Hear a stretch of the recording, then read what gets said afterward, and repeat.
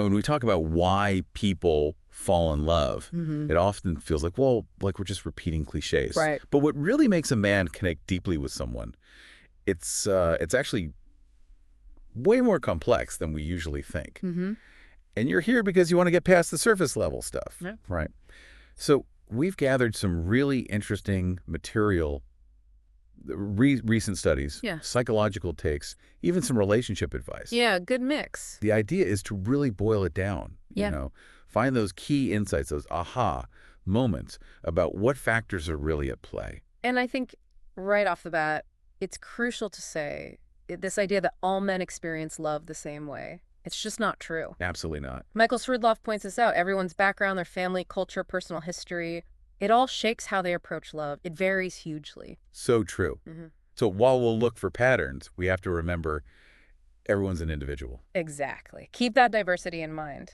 Okay, so speaking of those early experiences, Swerdloff mentions this study from Australia, the Australian National University, led by Adam Bode.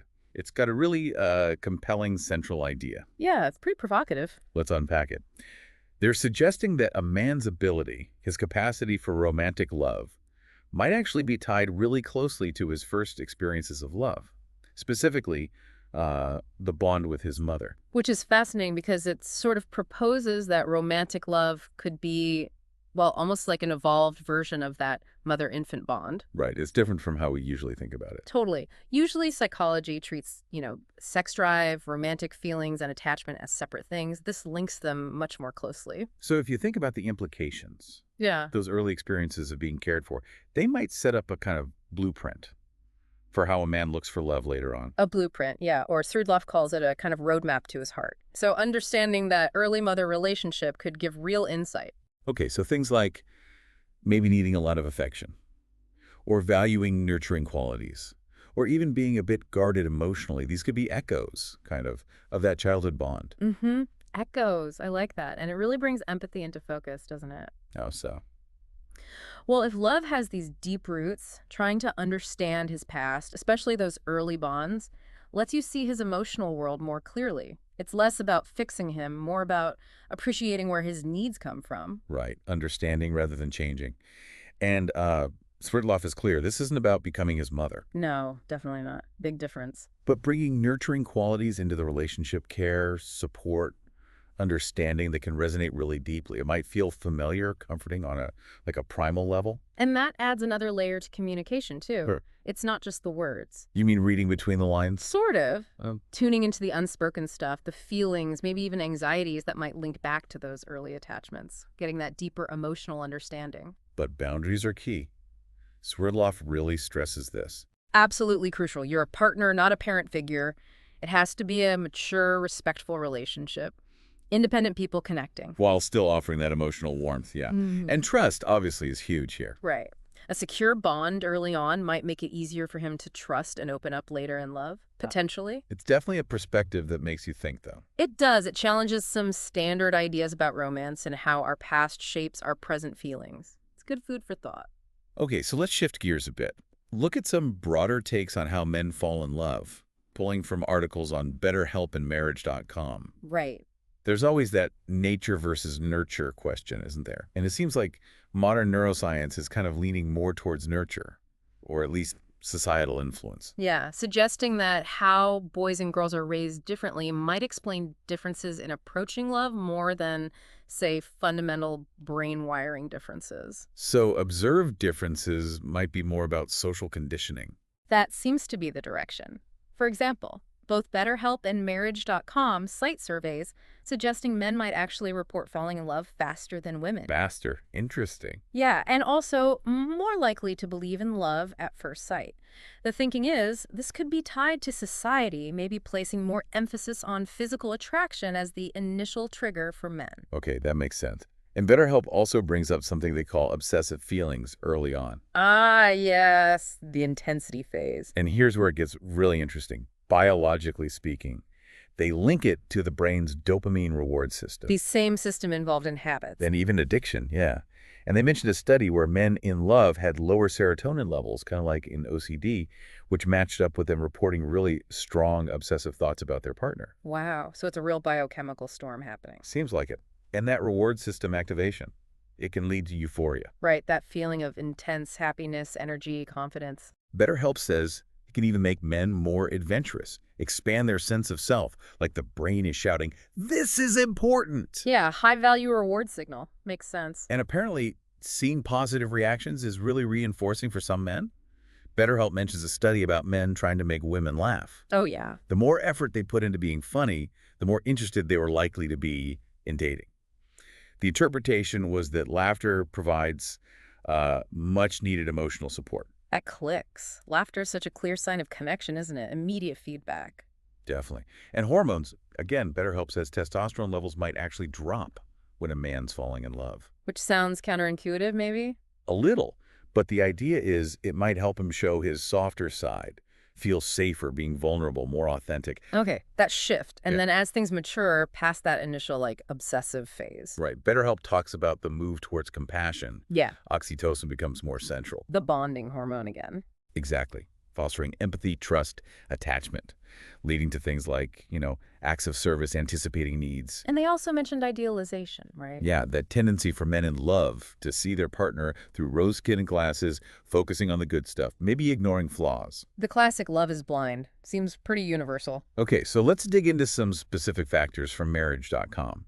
What do they say really helps a man develop those deeper feelings? A big one is feeling accepted. Truly accepted for who they are, flaws and all. Feeling safe, not judged. That seems fundamental. That's safety. Absolutely. And also feeling valued.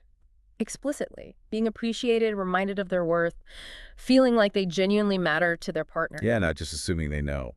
And what about the partner herself? Marriage.com highlights attraction to women who are goal-driven, inspiring, women with their own plans, passions. Apparently, a lack of personal drive can be a real turnoff. Interesting. So independence and ambition are attractive. Seems so. And, of course, sexual chemistry is mentioned. Plus, open communication about that side of things. Makes sense. What else? Resilience. Facing tough times together. They value partners who are strong and supportive when things get difficult. If I'm solid. Yeah. Also, being with someone open to love, both giving and receiving it. Someone who expresses themselves authentically and feels secure and confident in the relationship itself. Okay. And marriage.com also mentioned something about femininity. Right, embracing their feminine side, but also, interestingly, not being afraid to ask for help. That combination. And seeing a future together. Right. A partner with plans. Yeah, ambition again. And just, meeting their basic standards, possessing the qualities they're fundamentally looking for. Okay, let's bring in Simply Psychology's perspective now. Yeah. They echo that point about men not being monolithic, right? Personality, upbringing, huge factors. Definitely. But they do get into the basics like physical attraction and chemistry, looks, laughter, that sort of intangible aura. Even fertility cues play a role in that initial spark. That infatuation stage. Exactly. Driven by testosterone, the drive to reproduce. Basic biology. And they tackle that common question, does having sex too early ruin things? Yeah, they argue against it, saying, look, if a guy is emotionally available, he'll stick around. Intimacy can actually deepen the bond. It's not necessarily a deal breaker. But what is crucial, according to them? Emotional connection. That's the core.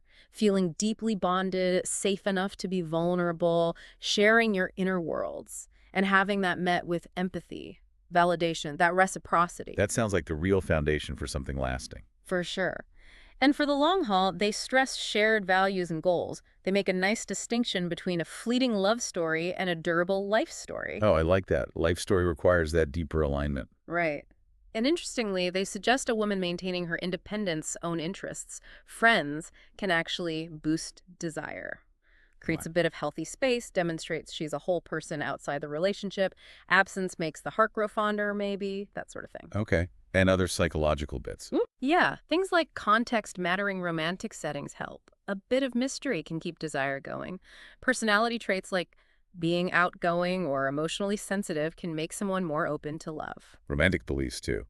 Like love at first sight. Apparently, yeah, if you believe in it, you might be more open to experiencing it. Maturity helps avoiding games. And attachment style, going back to those early experiences again. Secure attachment makes intimacy easier. And they mentioned culture, too. Right, how societal norms, especially traditional masculinity, might make it harder for some men to be vulnerable, which is key for love. And what men look for varies across cultures, obviously. Okay. And finally, they had some tips on how to make a man want you more. Yeah, some practical points. Feeling respected and appreciated, back to that theme. Your own confidence and security are attractive. Embracing femininity, supporting his purpose in life, and even like holding him accountable, but with encouragement. Constructive support. Exactly. All right, let's bring in Comrie's view now. They really focus on the biology and psychology. Yeah. They use Helen Fisher's stages, right? Yeah, the three stages. Lust first, driven by testosterone. Then attraction, that intense focus, obsessive thoughts, fueled by norepinephrine, dopamine, serotonin. The whirlwind phase. And then attachment, the longer-term bond, where dopamine might decrease a bit, but oxytocin and vasopressin increase. And sticking power. Right.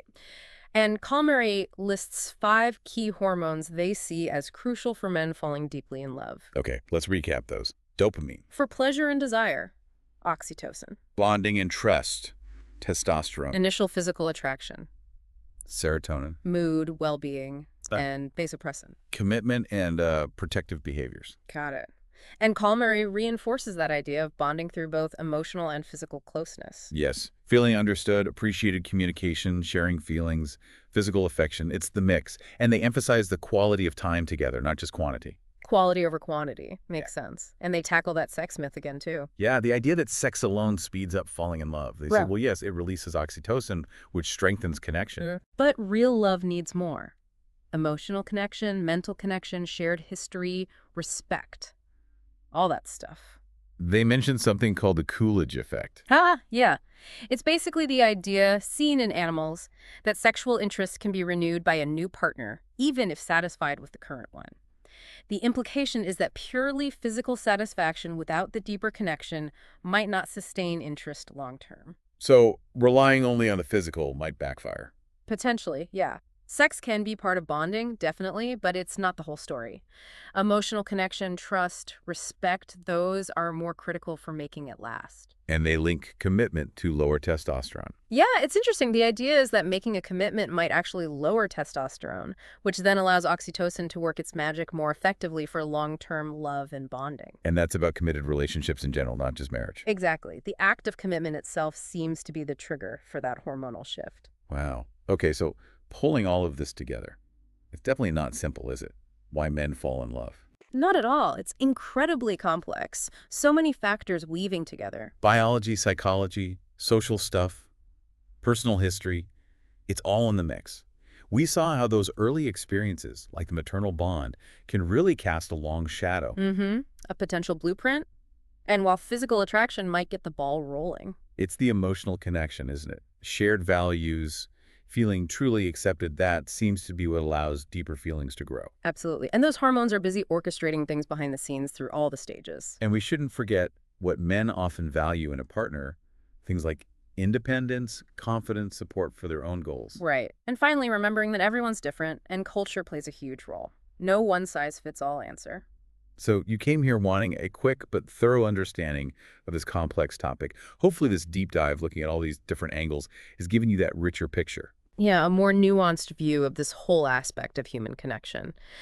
So, thinking about all this, the early stuff, the present connection, the biology, maybe a final thought to ponder, what single piece of this resonates most with your understanding of relationships? And how might this new knowledge maybe shift your perspective just a little on the amazing complexity of love and attraction? Definitely something to keep exploring.